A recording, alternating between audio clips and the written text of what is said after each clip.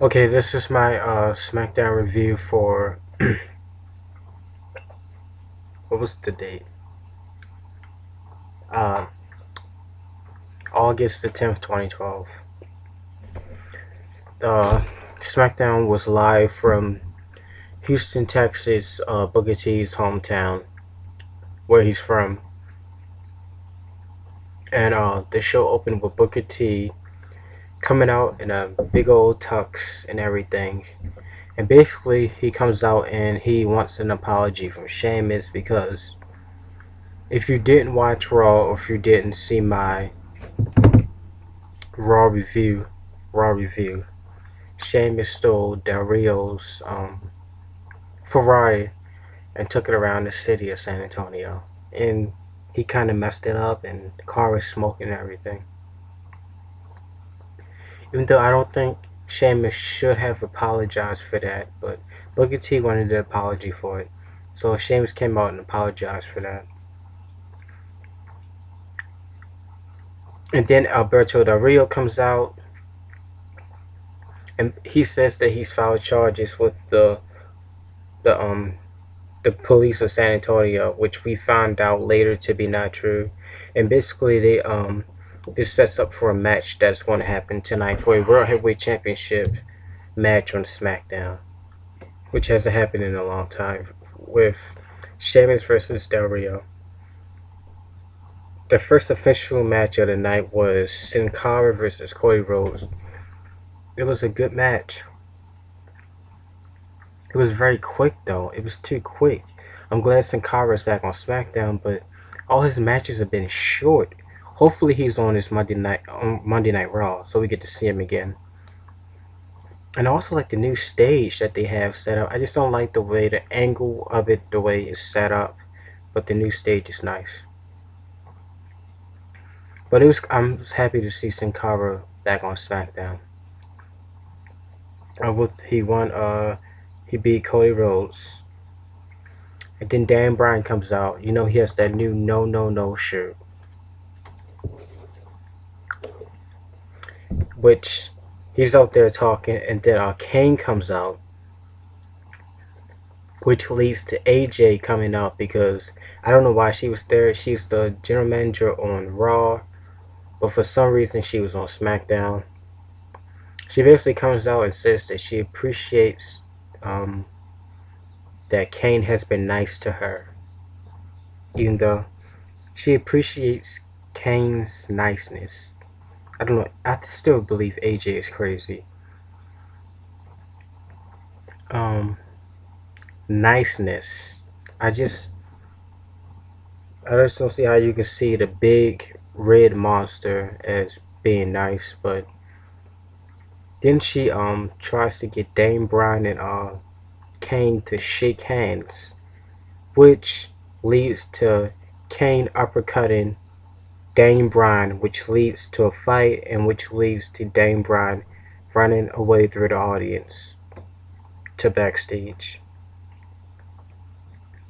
And then after that we have Jinder Mahal, who when he faces Ryback, he's been doing pretty good. He has improved over the months. I want to say 2012 has been his best year so far. So far, but Jinder Mahal, he kind of issues. Well, it wasn't necessarily a challenge to Ryback, but it was making more of a statement. You know, Ryback goes against two guys, so Jinder Mahal is going against these two guys. He's going to try to beat the two guys faster than what Ryback does in his matches. And the Ryback doesn't really face real opponents. So he wanted to defeat the two guys faster than what Ryback does, which didn't work out because Ryback comes out towards the end of this match. Of course, Jinder Mahal runs, and you know, Ryback picks the two guys on his shoulders and marches around the ring like he does and slams them down. So that was the end of that. He destroys those guys. Ryback is a monster. Some people say Ryback is the new Goldberg. I don't know because Goldberg didn't face people that they pulled out the audience or off the street. Goldberg was facing Triple H, The Rock. He was facing Stone Cold, I believe. Yeah, Ryback. I don't know where they find the guys that he faced, and when he do face WWE superstars, there are people like Heath Slater and Jinder Mahal, guys we don't care about.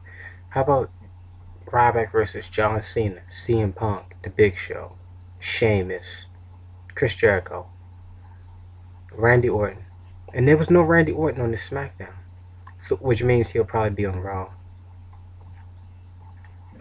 But he destroys the two guys. And after that, we had the highlight reel, which has the highlight reel featured by Chris Jericho, which hasn't been on SmackDown for over 2 years, I believe. And I don't know why Chris Jericho has been on SmackDown. Maybe there isn't enough room for him on Raw, even though he's a Raw superstar. But he's been on SmackDown for the past 2 to 3 weeks. I don't know why he's been on there, but he has. It was the highlight reel. Vicky actually came out first before Ziggler, and Vicky slaps Jericho, which gives Ziggler the chance to ambush Chris Jericho and attack him with the briefcase and basically take Chris Jericho out. And you know this isn't the end of this. I can guarantee you on this Monday Night Raw, Chris Jericho will be going after Ziggler. That's like a Raw prediction. But Chris Jericho will be going after Ziggler.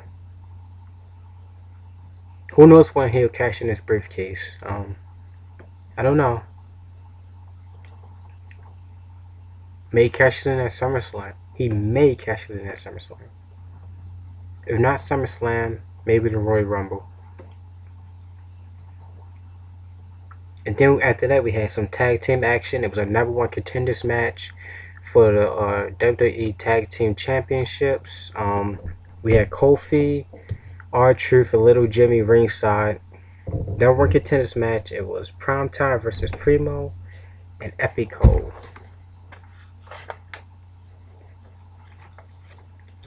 And basically, Primetime was able to pull off the win because AW sacrificed itself and he got attacked by R-Truth and Kofi Kingston, which leads to Primetime being the #1 contenders for the WWE Tag Team Championships. I used to like Primetime, but I don't like him as much because it seems like they're too cocky now. Like, it's okay to be a little cocky, but they're just a little too cocky. I don't like them as much, but I would rather them be the tag team champions than Primo Epico. They are an okay team. They aren't that good, but I prefer if Kofi and R-Truth kept the belts. But they had it for a long time. But I think the WWE tag team division needs a new face. So if it's gonna be Prime Time, then go ahead. But I just wish they weren't so cocky. They're a little too cocky for me. But they won, but they won with the help of AW, so they're the #1 contenders for the WWE Tag Team Championship. Then we have Antonio with Oksana versus Christian. Christian is trying to make a comeback. Christian has, for the past 2 to 3 weeks, he hasn't really been used that much. After he lost the Intercontinental Championship, he was going downhill, really. We hardly saw any of Christian. But Christian is making a comeback. He was able to beat Antonio Cesaro with the spear. And he made a comeback, which was good. But Antonio, I think he used to be a rugby player. He didn't like that he wasn't winning, so he attacked Christian at the end of the match. Is this almost over? I still have a whole page of it. Normally my SmackDown review is only 2 pages, but this week is 3. Let me see. Then also Eve Eve came to Booker T looking again for another job. Like last week, she came asking him were there any positions available, and he said no. So this week she tries again, and Booker T says there's no positions available.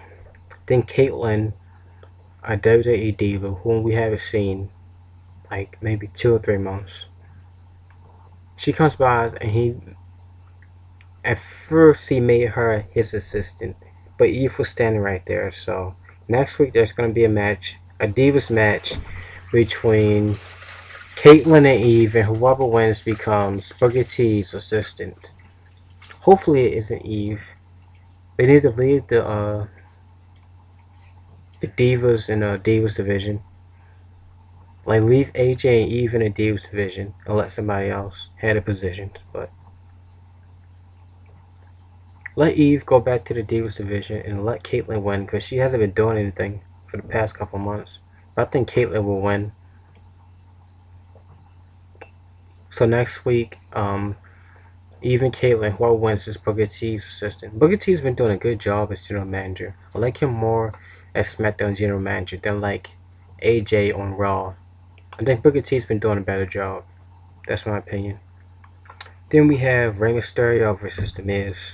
It was a good match. Even though The Miz dominated most of the match. Rey Mysterio is still making a comeback. He's been back so far for about 2 or 3 weeks. He looked good in this match. Rey Mysterio's been doing good.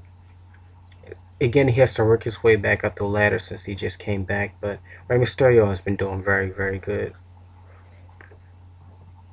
And he was able to pull off the win, which is good.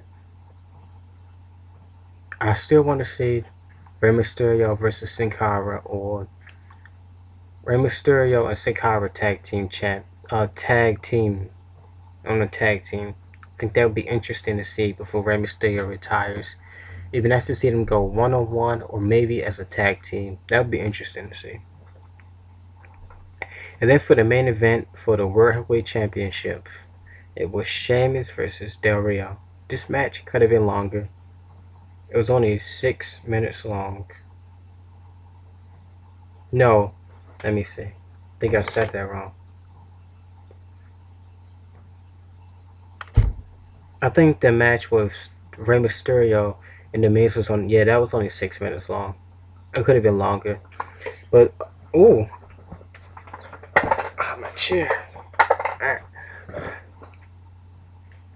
And, Del Rio comes out. His Ferrari was destroyed, so he comes out in this Aston Martin. And basically, during the match, the police come down to the ringside. I guess they were supposed to represent the Houston Police Department. They come down to the ringside. And basically, they ambush Sheamus. He fights them off.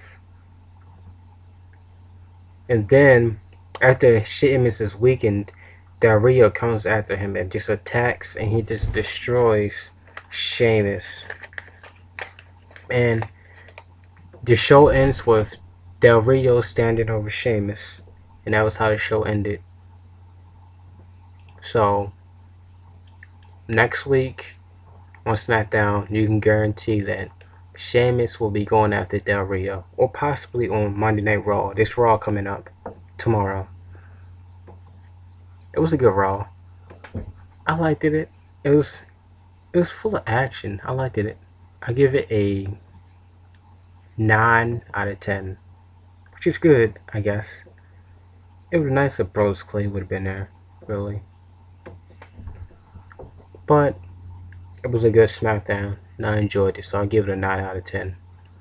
So that's my SmackDown review for August the 10th, 2012.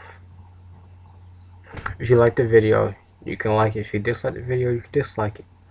Leave your comments if it requires a response. It will get one within 24 hours. You have to check out my videos, check out my channel for my videos, my bad. And Tuesday I'm doing a Raw review. Thursday I'm doing Superstars review. Hopefully this Friday Smackdown and TNA. This Saturday SummerSlam review, SummerSlam predictions, and this Sunday Raw predictions. And there was no Santino on this SmackDown. That's why the reason I give it a 9 because there was no Brodus Clay and there was no Randy Orton. But I kind of forgot about Randy Orton though. That's how good SmackDown was. But if he wasn't on SmackDown, I can guarantee you that he will be on Raw. I can guarantee you that. But it was still a good SmackDown. So, you have to make sure you check out my channel for my videos and make sure you subscribe.